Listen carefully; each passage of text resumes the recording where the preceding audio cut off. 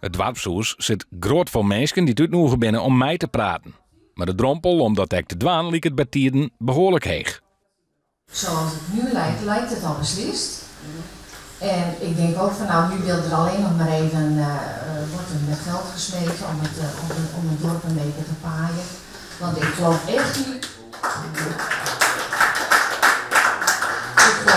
niet dat de krimp minder wordt alleen omdat er hier geboord wordt.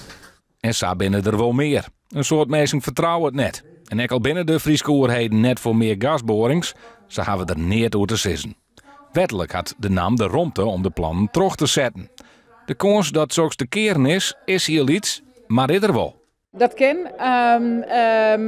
maar wij moeten echt niet vergeten, en daar moeten we ook eerlijk in wezen, er leidt wel een aanvraag bij het ministerie van EZ om dat hele proces, dat normale, reguliere proces te starten voor gaswinning.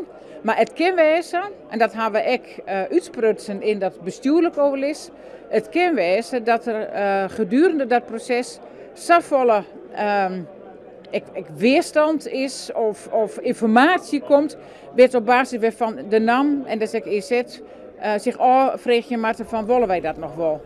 Maar Safir is het nog lang net.